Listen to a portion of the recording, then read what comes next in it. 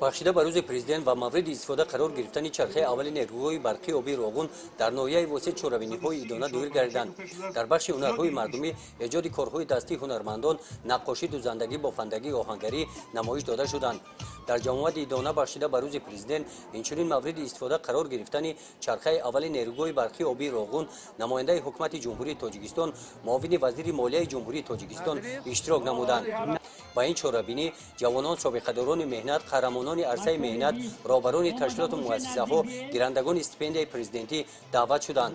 дар баромади раиси ноҳияи восе зикр гардид ки рӯзи 16 ноябр ҳамаи мо шоҳиди рӯйдоди муҳими таърихӣ гардидем ки бо иштироки бевоситаи президенти ҷумҳурии тоҷикистон, асосгузори сулҳу ваҳдати миллӣ, пешвои миллат муҳтарам Эмомалӣ Раҳмон агрегати якуми бузургтарин ва муҳимтарин иншооти гидроэнергетикии тоҷикистон нерӯгоҳи барқи оби роғун дар фазои тантанавӣ ба кор андохта шуд.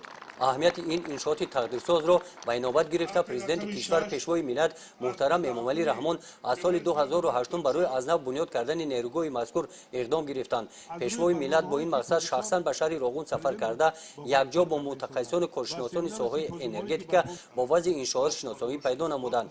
дар асоси хулосаҳои мутахассисон ва коршиносони соҳа ба қарори қатъӣ омаданд ки сохтмони ин иншооти баъди чандин сол аз фаъолият бозмондаро оғоз намоянд. халқи тоҷик ин ташаббуси пешвои худро бо шодмонӣ ва мамнуният қабул намуд ва бо мақсади иштирок дар бунёди ин нерӯгоҳ ҷиҳати харидории саҳмияҳо иқдом гирифтанд. дар баромади намояндаи ҳукумати ҷумҳурии тоҷикистон қайд гардид ки пешвои муаззами миллат то соли 2018 беш аз 10 маротиба ба нерӯгоҳи барқи оби роғун сафар карда баъди шиносоӣ бо рафти корҳои сохтмон якҷо бо мутахассисони соҳибтаҷриба пешниҳодҳои онҳоро мушаххас манзур намуда ҷиҳати наздик овардани муҳлати ба кор андохтани агрегати якум дар ҷаласаи шӯрои нозирон дастури мушаххас доданд ва ифтитоҳи агрегати якумро рӯзи 16 ноябр соли 2018 муайян карданд. ҳамаи ин кӯшишҳо бо азму эътимоди президенти ҷумҳурии тоҷикистон пешвои миллат муҳтарам Эмомалӣ Раҳмон амалӣ гардид. маҳз ба шарофати саъю талоши ин шахсияти таърихӣ инчунин нерӯгоҳҳои Сангтуда 1, Сангтуда 2, Помир 1 ва даҳҳо иншооти хурди энергетикии дигар бунёд гардиданд. пешвои муаззами миллат муҳтарам Эмомалӣ Раҳмон ифтихори роғун аст.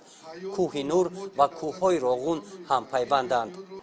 дар ин чорабинӣ бахшида ба рӯзи президент инчунин мавриди истифода қарор гирифтани чархаи аввали нерӯгоҳи барқи оби роғун аз ҷониби мақомоти иҷроияи ҳокимияти давлатии ноҳия ба нафароне ки дар рушди иқтисодиёт ва иҷтимоии ноҳия саҳми арзанда гузоштанд бо сипосномаҳо қадр карда шуданд.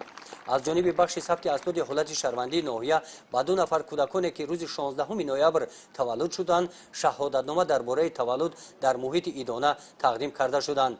дар қисмати фарҳангии чорабинӣ кормандони бахши фарҳанги ноҳия бо барномаи консертӣ баромад намуданд. ин чорабинӣ бо пешниҳоди бахши кор бо ҷавонон ва варзиш ва шӯъбаи кор бо занон ва оила баргузор гардида дар сатҳи баланди омодагиҳо ҷамъбаст карда шуд. гузориши хоҷа Назриф, Худойназар Зуҳуров аз ноҳияи восе барои барномаи иттилоотии Навид.